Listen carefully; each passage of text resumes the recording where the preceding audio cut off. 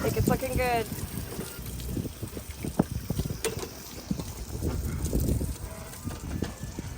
Also, we came back after the storm and found that the radar reflector up there that we had installed in La Paz, it's up there about 40 feet, is just hanging on by a thread, but it's banging around on the mast when the wind blows and chipping the paint off. So we're gonna go high and go get that thing.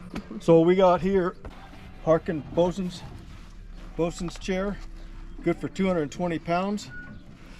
Looks like brand new, but it's dated 2014. Can't even hardly tell if it's ever been sat in, but we're gonna check it out. She's gonna pull me up with the mizzen halyard. She's not mad at me today, so I'm pretty sure that we'll be safe. Because my life is definitely in her hands. All right, so I'm gonna attach this. Before I do though, I'm gonna have you come over here. Okay. I'm gonna use this winch here to hoist me up. Okay. Some people advocate, you know, a secondary halyard. I don't have two halyards. I have one here. I have two on the main mast. Well, this is our first time going high. It's gonna be interesting.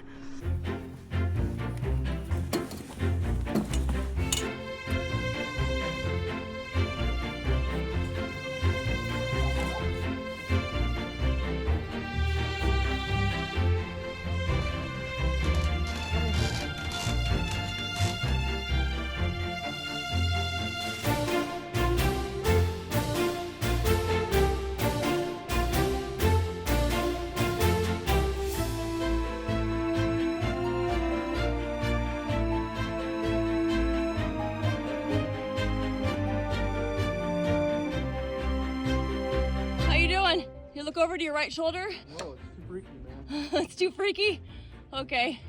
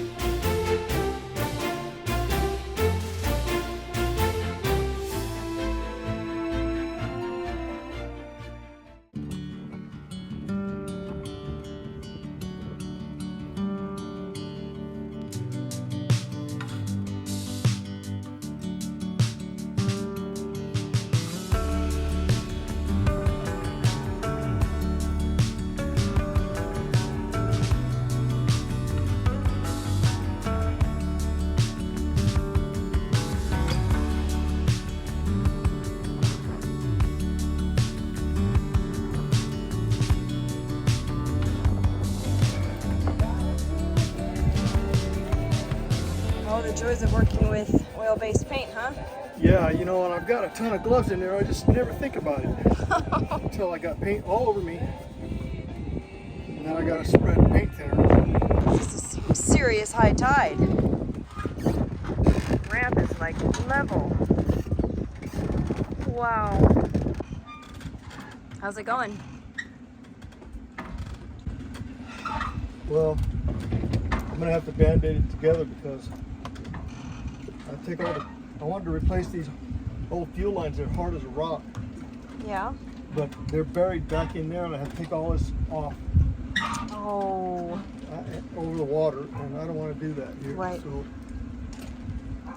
I'm gonna just do the best I can to get this thing running, and then get it to a shop as soon as I can. All right, let's see if she runs.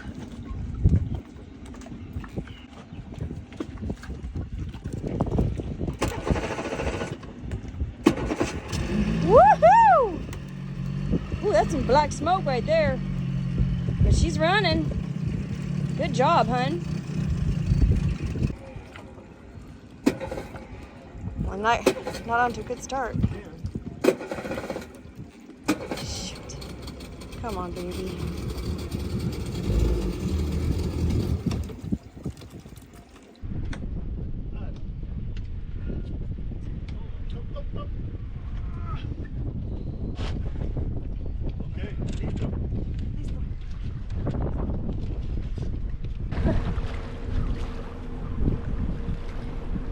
Off to get the dinghy fixed. I gotta say, see behind me right there, that's one of the marina guys, Abram, who offered to help my husband row the boat to the haul out because it's a heavy dinghy to move, and since the outboard needs so much work, you can't move it.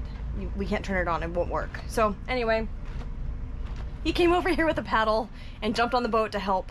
It's just, these guys are so great. We're very, very fortunate, feel very blessed to be at this marina. Yes, it is a little rough around the edges. The docks are quite rough around the edges, but the staff, they're superb. Muchas gracias to all of you.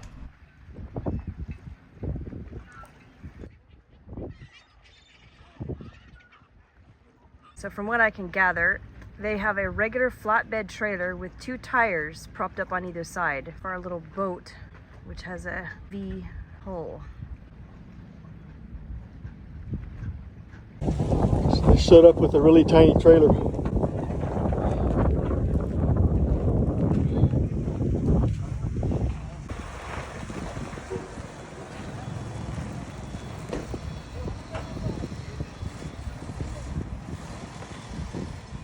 I'm the lucky one who got to stay on board while he went and took the dinghy to shore.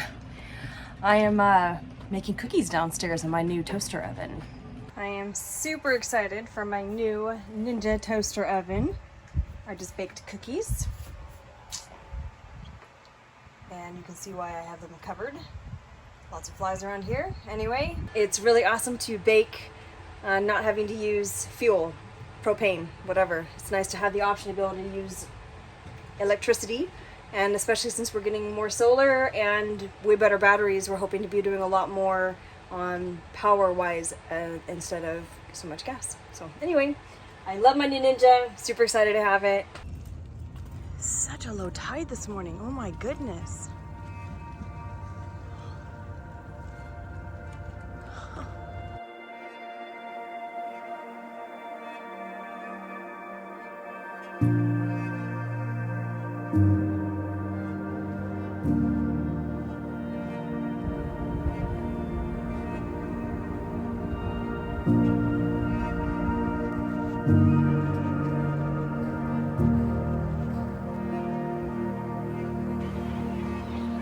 I just found out recently that all the steering cables have come off the pulleys and we got no steering whatsoever.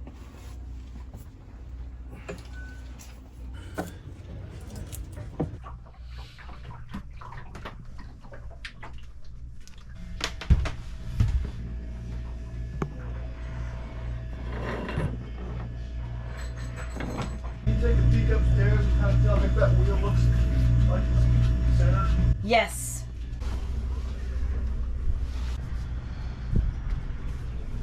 Okay, it looks good right now. Look at this. This nut goes on here. Spins on there, nice. Look at that. Yep. See this bolt here? Oh, it doesn't go on.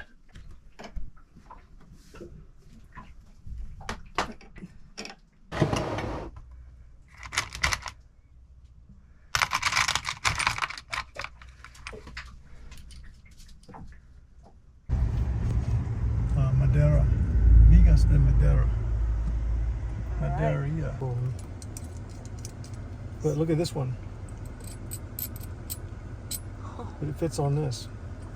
So I can put it together. I mean, it's not great having galvanized steel on the stainless, but I don't really think that environment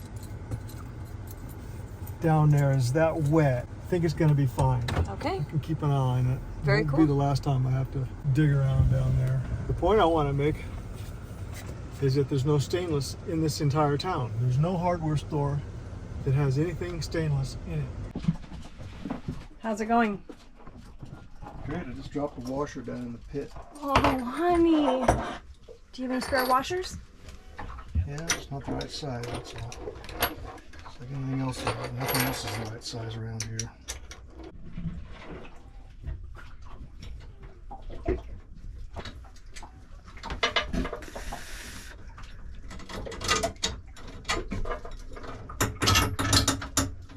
How'd you do?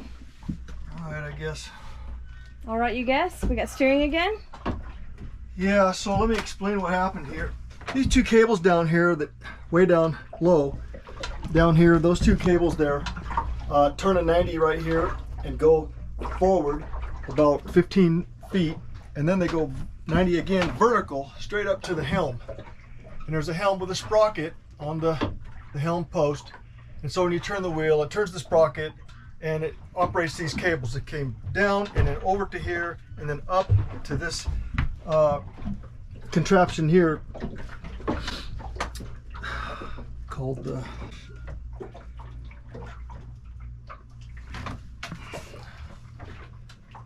what's the name of it? It's not the radius, it's a oh my gosh. Can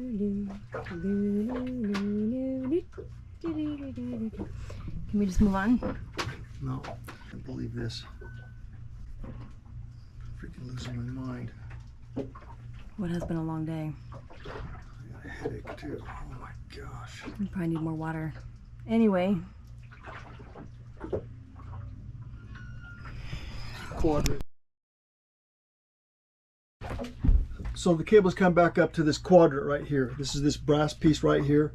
And so when you turn the wheel, it rotates the quadrant. So this cable here wraps around the quadrant, comes over to a connection point, and that cable over there comes around the quadrant this way and connects to a connection point. And these connections here are just eye bolts with the stainless steel eye bolts, and they have a couple of bolts on the end of it to hold it there. So I thought, well, it came apart when we were in the States, and while we were there, you know, we were in such windy conditions here apparently, and waves, and the rudder would be back and forth, and anyway, it jiggled this thing loose and the cables just came off.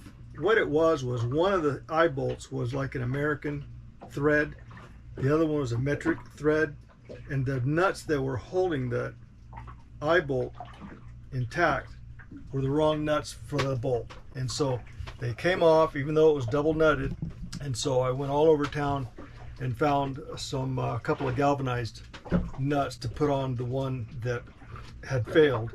And so it's not correct because it's a galvanized nut on a stainless steel eye bolt. So I'll rectify that situation once I get back to the States. But for now, it's all set.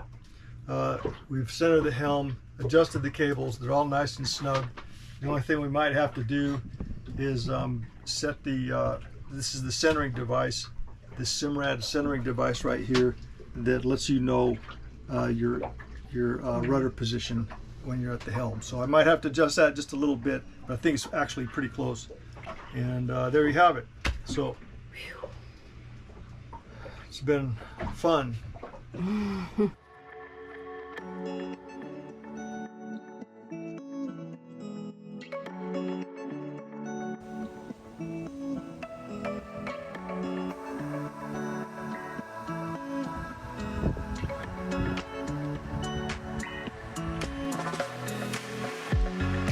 We're expecting some pretty big winds, 30, 35 knot gusts.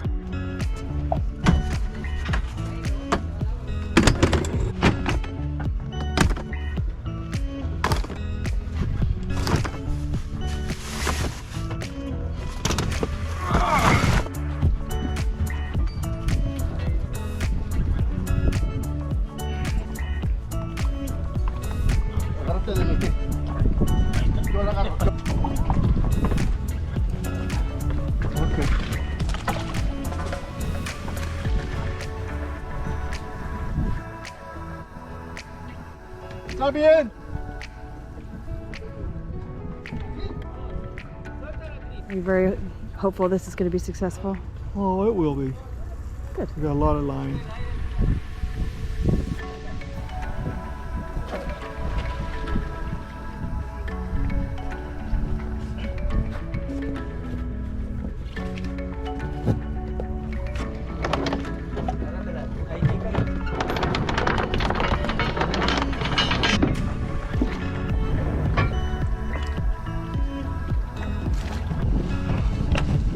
Okay, no más.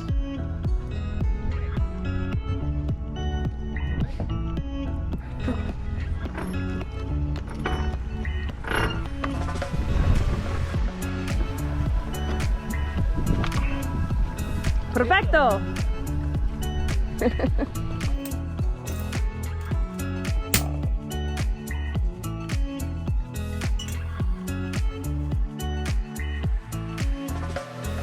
Cheers. This is the calm before the storm. We're supposed to get 35 knot winds tomorrow at 9 o'clock in the morning.